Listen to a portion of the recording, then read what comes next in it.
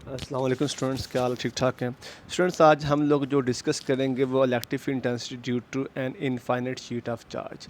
जिस तरह कि हमें पता है कि हमने गॉसेस लॉ को डिस्कस किया था और गॉसेस लॉ ने कहा था कि अगर हमारे पास नंबर ऑफ़ चार्जेस किसी क्लोज सरफेस के अंदर पड़े होते हैं और हम उन चार्जेस को अगर हम सम करेंगे तो हम टोटल फ्लक्स को मालूम कर सकते हैं किसी भी सरफेस में जो चार्ज हैं नंबर ऑफ़ चार्जेस की वजह से जो उसकी सरफेस पे फ्लक्स पैदा होता है वो सेम होता है।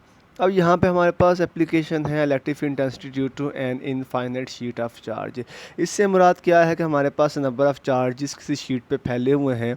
हमारे पास कोई पॉइंट पी है, वहाँ पे हमने बताना है कि कितनी इलेक्ट्रिक इंटेंसिटी जो है इस पॉइंट पे होगी। जिस तरह कि आपको दो पॉइंट नज़र आ रहे हैं, लेफ़्ट हैंड साइड पे पी है स्लैश और राइट हैंड साइड पे पी आपको नज़र आ रहे हैं। इसका मतलब ये है कि हमारे पास जो इलेक्ट्रिक फील्ड इंटेंसिटी है वो दोनों तरफ सेम पैदा होगी, लेकिन उसकी वैल्यू क्या होगी वो हम इसमें कैलकुलेट करेंगे। सबसे पहले अगर कोई चार्ज किसी एरिया में फैला होता है तो उसको हम कहते हैं हमारे पास सरफेस चार्ज डेंसिटी है। आपकी जो यहाँ पे बुक में लिखा हुआ है कि हमारे पास इसको सरफेस चार्ज डेंसिटी को सिग्मा के साथ डिनोट किया जाता है। इसका मतलब हमारे पास वहाँ सरफेस पे कितना चार्ज फैला हुआ है उसको सिग्मा के साथ डिनोट करते हैं और उसकी जो हमारे पास फार्मूला होता है sigma is equal to capital Q over A. Q से हमारा चार्ज कहाँ पे उस एरिया पे फैला होता है। अब यहाँ पे हमारे पास जो हमने इलेक्ट्रिक इंटेंसिटी फाइंड करनी है उसमें हम दो किस्म के फार्मूला इस्तेमाल करेंगे। पहला फार्मूला हमारे पास गॉसेस का फार्मूला था जिसमें कहता था कि हमारे पास अगर नंबर ऑफ़ चार्जेस किसी जगह पड़े होते हैं तो अगर हम उन चार्जेस को सम करते हैं तो वो कैपिटल क्यू के बराबर होता है और उस चार्जेस की वजह से हम इलेक्ट्रिक फील्ड इंटेंसिटी फाइंड कर सकते हैं। अब जिन स्टूडेंट्स ने क्लासेस ली हैं उनको पता है कि हमारे पास गॉसेस लॉ जो हम लोगों ने लास्ट टाइम जो प्रूफ किया था वो total electric flux is equal to total charge enclosed by the close surface over epsilon not.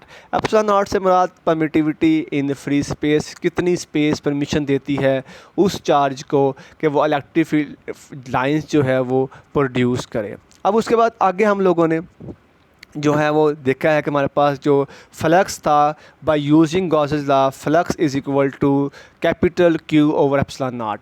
Capital Q से मुराद अगर हमारे पास नंबर ऑफ़ चार्जेस हैं उनको सम करते हैं तो हमारे पास कैपिटल क्यू बन जाता है ओवर एप्सिलॉन नॉट। ये हमारे पास गॉसेस लॉ का फार्मूला है जिस तरह के आप लोगों ने इनको पढ़ा है।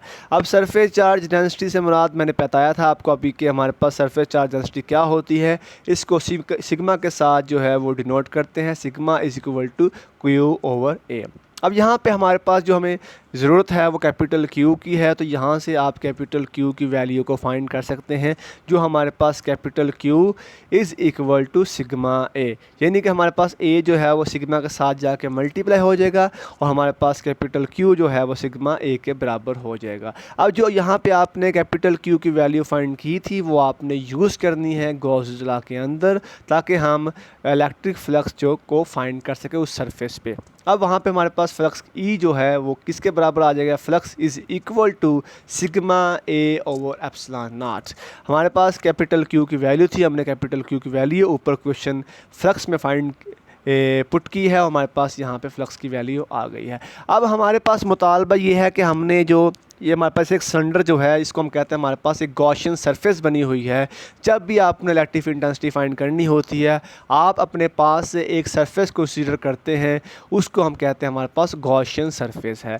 अब इस रेड कलर के सिलेंडर को लेफ़्ट हैंड साइड से देखें और राइट हैंड साइड से देखें, क्या आप बता सकते हैं कि इसके राइट हैंड साइड पे और लेफ़्ट हैंड साइड पे इलेक्ट्रिक फ्लक्स क्या होगा। अब हमारे पास क्या है कि यहाँ पे इलेक्ट्रिक फील्ड लाइंस जो है वो राइट हैंड साइड पे बिल्कुल पैरेलल जा रही है उसके यूनिट एरिया के साथ। इसका मतलब यहाँ पे हमारे पास एंगल जो है वो ज़ीरो होगा।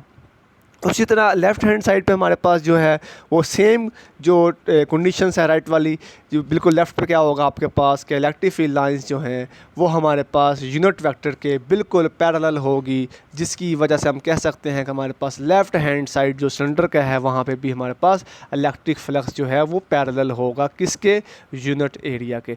यानी कि आप कह सकते हैं कि हमारे पास राइट हैंड साइड अगर प्रूव करेंगे तो वो लेफ़्ट हैंड साइड ही के बराबर होगी, यानी कि सेम कंडीशंस हैं, सेम इलेक्ट्रिक फ्लक्स जो है प्रोड्यूस होगा राइट और लेफ़्ट पे। अब यहाँ पे आपको electric flux through and faces से मुराद के राइट हैंड साइड और लेफ़्ट हैंड साइड पे फ्लक्स क्या जो है वो क्या आपने फाइंड करना है। अब ई डॉट डेल ए से मुराद क्या है, इलेक्ट्रिक फ्लक्स। ई से मुराद इलेक्ट्रिक फील्ड लाइंस किसी एरिया में से पास करती हैं तो उसको हम कहते हैं हमारे पास इलेक्ट्रिक फ्लक्स है। अब आपने राइट हैंड साइड और लेफ्ट हैंड साइड के इलेक्ट्रिक फ्लक्स की वैल्यूज़ को आपस में ऐड कर लेना है तो आपके पास 2EA वैल्यू आ जाएगी। इसका मतलब क्या है कि हमारे पास ई डॉट डेल ए जो था वो E del A cos theta जो आया था हमारे पास, और एंगल जो था हमारे पास ई और डेल ए के साथ जो था वो पैरेलल था।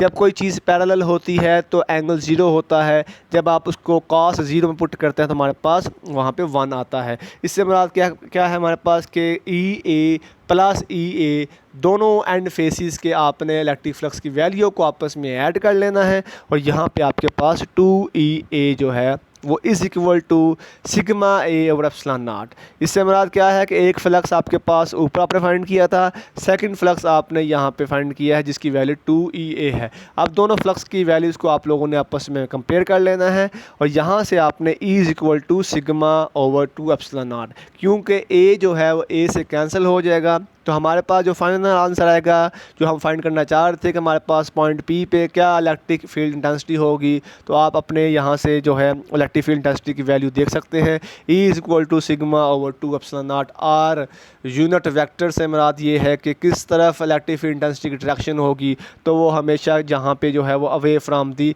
इनफाइनाइट शीट ऑफ चार्ज होगी। तो आप कह सकते हैं कि हमने जो है वो राइट हैंड साइड पे और लेफ्ट हैंड साइड पे इलेक्ट्रिक फील्ड इंटेंसिटी की वैल्यू को फाइंड कर लिया है।